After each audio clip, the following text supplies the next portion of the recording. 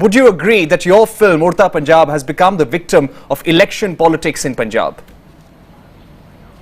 See, I would not say that. I would not say that because it's a very strange thing that is happening right now. The cuts that you're referring to has been told to us in person.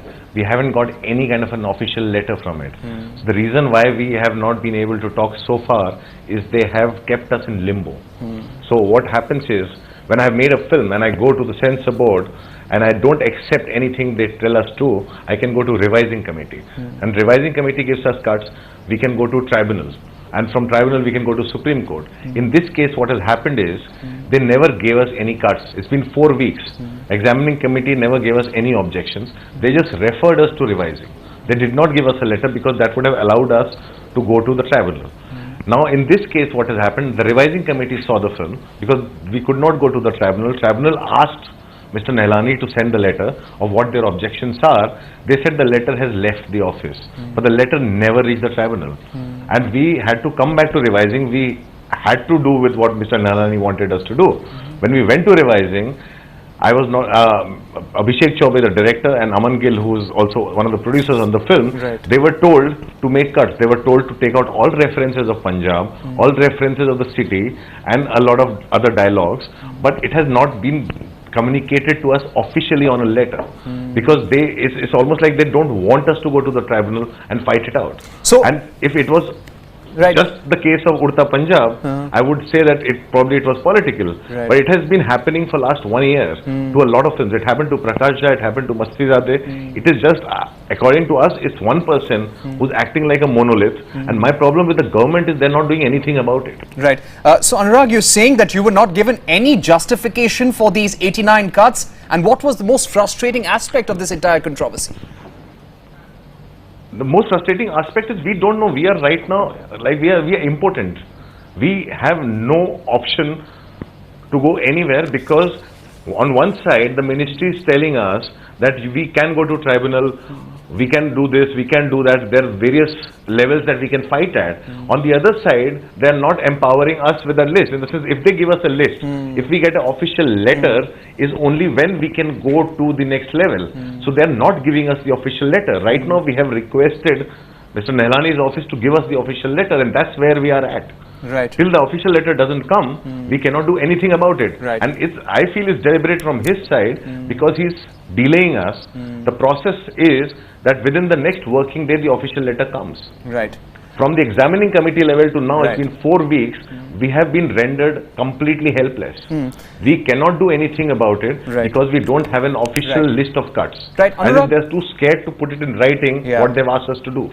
You know, Anurag, I spoke to an Akali Dal MP. He was live with us and he somehow welcomed the decision, saying that any derogatory references to Punjab will not be tolerated. So what do you feel? Do you feel the Akali Dal has interfered, has really asked the government to make sure that something like this happens? See, I'm sitting here as a filmmaker fighting within my constitutional rights. I'm not going to sit here and assume that Akali Dal has asked them to do it or the BJP has asked them to do it. If they have asked them to do it and they give it to us in writing, I will, within my constitutional right, go to the next level and fight it out. If not tribunal, I'll go to the Supreme Court. But the thing is, we don't know. Absolutely. We really don't know. And I don't think it's derogatory. I think the film is about the youth and the drugs and how the drugs have destroyed the fabric of Punjab. It's that unthinking youth. It's an unformed mind that has gotten addicted to drugs. It's like an epidemic in Punjab. Anurag, I have some statistics. A I have some statistics which really tell the story, and this is from an article in the DNA paper from the year 2014. It says, and it quotes the zonal director of Punjab for the Narcotics Control Bureau. He said, during the year 2014, a total of 30,000 cases of drug peddling were registered in the country, out of which 15,000 were registered in Punjab alone. That really tells the story in a big way. Absolutely. No, absolutely. In Punjab, the drug is a real problem. And when you're addressing a real problem, I'm saying if I'm making a film about Punjab, and about what's happening in Punjab, it's not really derogatory to Punjab, it's about what's happening in Punjab. Right. And for me, any kind of a government which is responsible for a state should welcome a film like Udta Punjab. I'm pretty sure when the higher ups and the government and the people see a movie like Udta Punjab, they'll see that this film is what is needed and it's necessary to put out there. I don't think this film is derogatory from any angle, and I don't see the reason why anybody would think like that. And it sets a bad precedent. You take out Punjab from Udta Punjab, tomorrow anyone can stand up and take any objection to any name, and that has to be cut out. We'll have to start setting our films with fictional names in La La Land, which will be so far removed from reality, Right. it will completely affect that artistic expression in this country.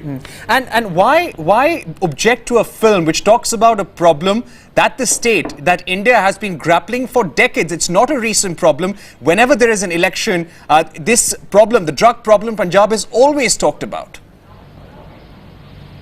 Yeah, the drug problem has always been there and nobody has addressed the issue. For me, it is very important that we filmmakers and we have a social conscience and we needed to do out the film. I'm saying the politicians and the ruling party can probably behave like an ostrich, putting their head in the sand thinking that it doesn't exist, but it does exist. The problem does exist. And the problem cannot disappear by not addressing it. So The problem is far bigger than any kind of election or any kind of a political party. Right, Our film right. is not about any political party. Right. Our film is about the issue. Our film deals with the real people involved in the issue. Our film does not deal with a political party. Right. Also, Anurag, you're no stranger to troubles with the centre board. Black Friday had run into trouble as Absolutely, well. Do you think things have changed ever since? I don't know. I think it was far easier for me 2 years back before Mr. Nelani came for me to make a film freely in this country. I've had problems only in last 2 years since he has come. Because for me, he's like suddenly a man who's suddenly found relevance, and the way he operates is very strange. I don't think he operates within the boundaries of constitution, because as per censor law, the people in examining committee should not be sitting in the revising committee. With my film Bombay Velvet, when I went there, the same people of examining committee were sitting in revising committee. There are other learned members of revising committee who are never called for revising committee screenings. He will only put those people in there who he can control. Not a single person that he can't control, and those people are scared of him. And you can see it. There's dead silence when he talks, and he doesn't reason or argue with you. He tells you. So you're You saying either have that to since the listen to time it and agree Prahlad with him or Nelani not. took over, the censor board has been acting in a very, very opaque manner. It's not just they're acting in a very. That's why the reason I put out a tweet comparing the censor board to North Korea is because you really don't know. It's like I'm like in Kafka's trial. I don't know what's going on. I'm in complete limbo all the time. I have no idea. Like the way he works is very different. In the sense, that's not how any kind of a government agency or a censor board should work. Right. But if you have to go to revising committee, you have to call him. Right. You have to sit with him for 2 hours, listen to his lectures about cinema. He'll talk about other filmmakers and how he's taught everything, how he's the one responsible for all the good changes in the industry. You have to listen to his lectures, and then he tells you, "I am telling you for your good, delete this and put this in. This is how cinema should be made." It's like his morality is governing the censor board.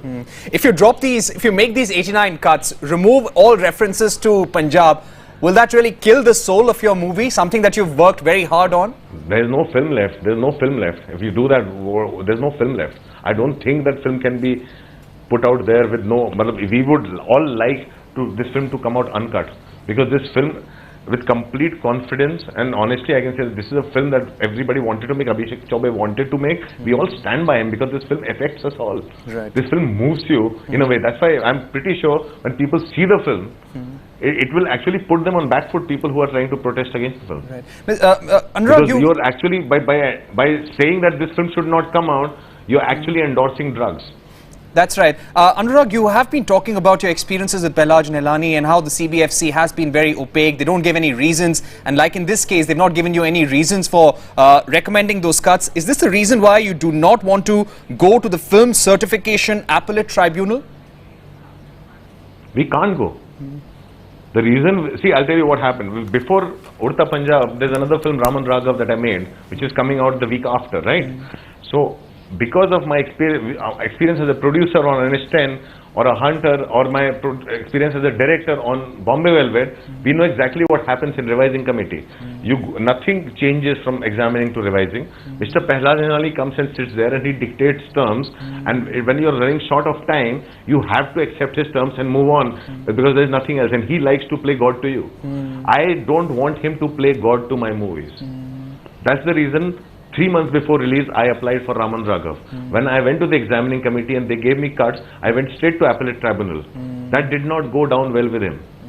I complained about him to the ministry. Ministry pulled him up and reprimanded him. He called my partner and he says, what does he think that he can go to the ministry and complain about me? And he has come down harder to make sure that we can't do anything. And that kind of a bullying is being allowed, is happening within the ministry, and the minister is not doing anything about it. So why are He's literally sitting there being a bully, bullying us.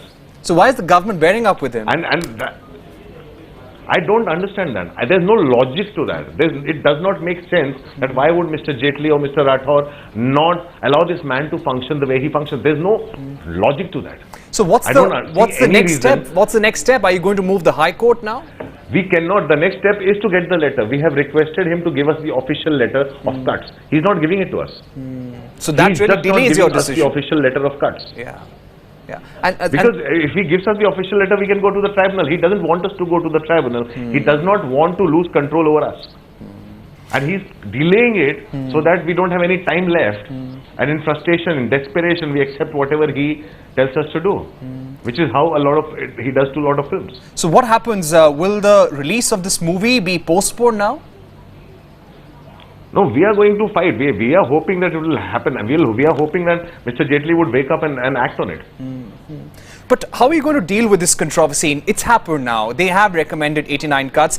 You are in limbo because you've not been given any written justification. So they're dealing your further legal actions as well. So what are you going to do in this interim period? Because your release date is not very far from today. We are waiting. That's what I'm saying. The reason for me to compare the dealing with the censor board to North Korea is because we don't know. We're just waiting. It's like you're waiting for someone to tell us what to do. We are waiting. We really cannot do anything. We tried to apply to the tribunal after the revising committee, and they asked for Mr. Nailani to send the letter, which never went there. Which is why we were forced to go back to Mr. Nailani and go to the revising committee.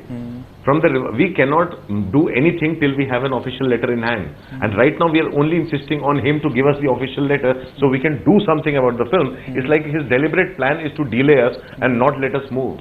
Would you like to meet... We are literally in a coma right now. Would you like to meet the I&B minister about that, or somebody senior in the government? I have reached out to Mr. Jaitley. I have reached out to Mr. Jaitley many number of times. He has been busy. I have been on the phone while he was in the meeting, told that he is talking to you, but he has never called us. He has not called us. I have not gotten through to him. I have reached out to Mr. Rathore, where he put me on the Joint Secretary of the I&B Ministry, who pulled up Mr. Nailani and said things because of which Mr. Nailani got furthermore upset and has become even more of a tyrant to us. So it is so somehow it's like if complaining to the ministry or reaching out to the minister is going to make him come down harder on us and make him a tyrant, what's the point of reaching out to the ministry? Mr. Jaitley has been silent throughout this whole thing. Right. So I don't understand what is he doing. We can understand your situation. We can understand your situation. I've been dealing with the ministry for the longest time. I've been fighting within to alter the way the things have been functioning. But are the filmmakers also equally frustrated? Who? Are other filmmakers also equally frustrated? Everybody is frustrated. I think all filmmakers are frustrated. It has reached a point where everybody is like, something has to be done about this man. So Anurag, my final question... It's not, we can't do anything about it. Right. And we can only wait for Mr. Jaitley to maybe look at us in the sense like, because I genuinely can say with confidence that I think the film industry in all his portfolios is the last priority. All right, Anurag, does not care what happens finally, that's all the time we have. But my final question, what's your appeal to the NDA government now? My appeal to the government is please intervene, please ask this man to work within his constitution. He is supposed to give us a letter. We are just saying that if he gives us a letter, we'll do what is within our constitutional right. Can I exercise my constitutional right? Can somebody allow me to exercise my constitutional right? Even if are we allowed to disagree with Mr. Prahlad Nailani? Right. and go to the next level. Right. Anurag, thanks very much for So joining us. instead of just saying on cameras that yes, you can go to the appellate tribunal, I'm saying when we go there, then make it easy for us, because they are sending us back saying that you don't have a letter, we can't entertain you. Thanks for sharing all those views, and that really puts the situation into perspective, and I'm sure many others in the film industry are facing a similar situation. Thanks very much, Anurag Kashyap.